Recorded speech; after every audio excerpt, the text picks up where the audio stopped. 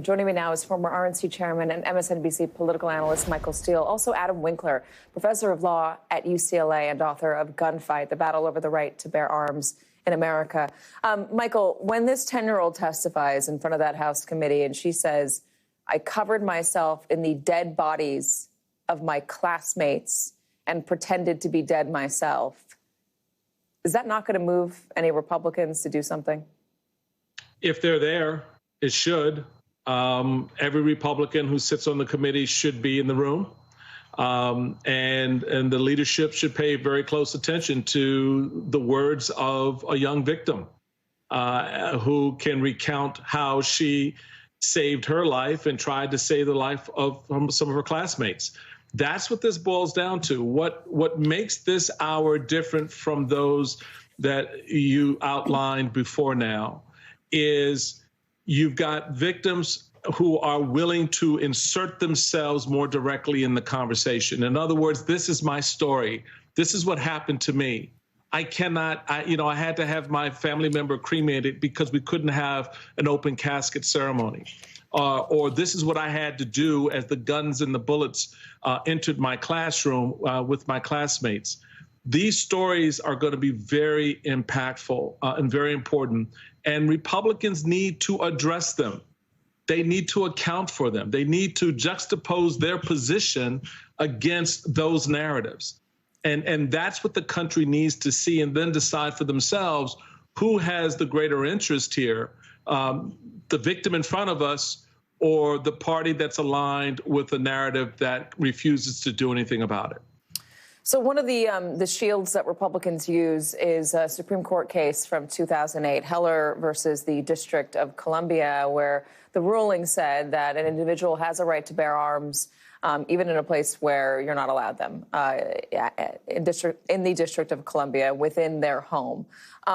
There is a New York Times opinion piece today from two of the clerks on that decision, the majority, Scalia, and the minority, Stevens.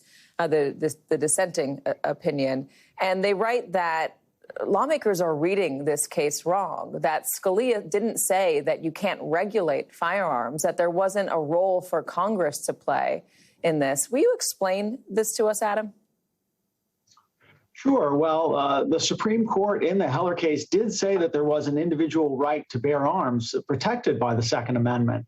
But many judges and advocates out there, especially in the NRA and gun lobby circles, argue that Heller really means that many forms of gun control or gun safety reform are unconstitutional. And so far to date, most forms of gun safety laws have actually been upheld by the courts, despite Heller, and while they're applying Heller's reasoning and rationale that said, by the way, the Second Amendment is not an absolute right and can be regulated.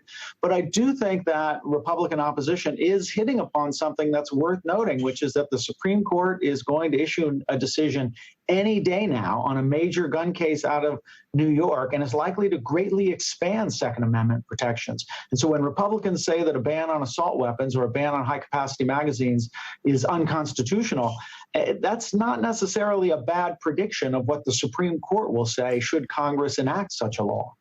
Let me ask you about that decision that we are awaiting in New York. So we haven't paid all that much attention to it, but it is one that will be significant for the state of New York, and that's to allow people to carry concealed weapons anywhere in the state, even in New York City where you're not allowed to.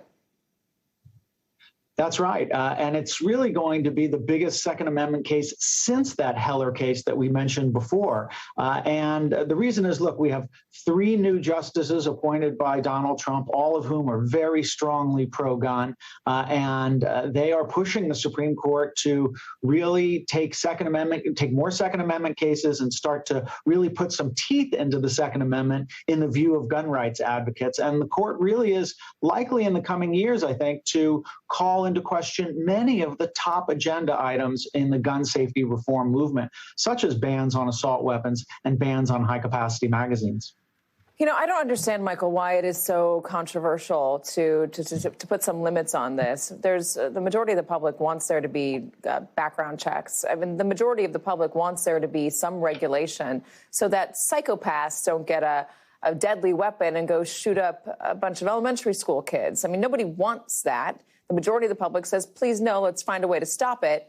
So why is there just no movement at all within one side of the country, within one side of Congress, I should say?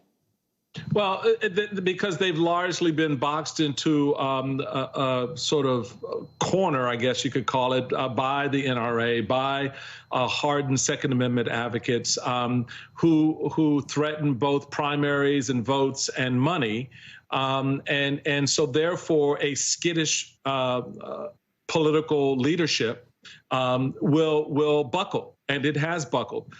Despite the fact that even a narrow reading of Heller, you still get to the same place that's outlined in that New York Times opinion piece by the two clerks that says that there can be limitations in place, that the Second Amendment is not absolute.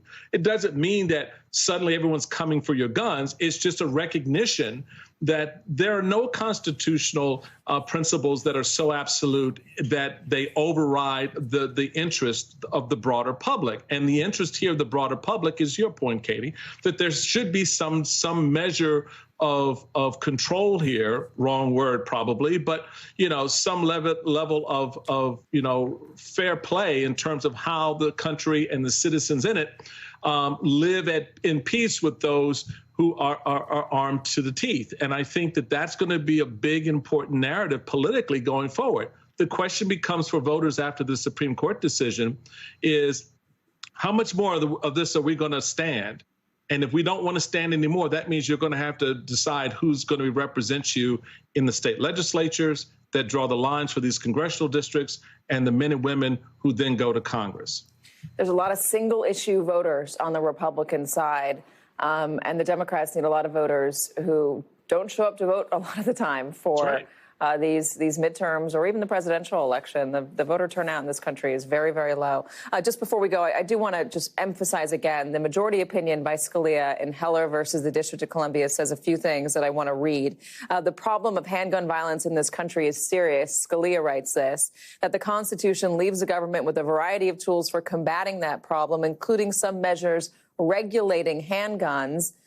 It also says it recognized presumptively lawful regulations such as laws imposing conditions and qualifications on the commercial sale of arms, as well as bans on carrying weapons in sensitive places like schools.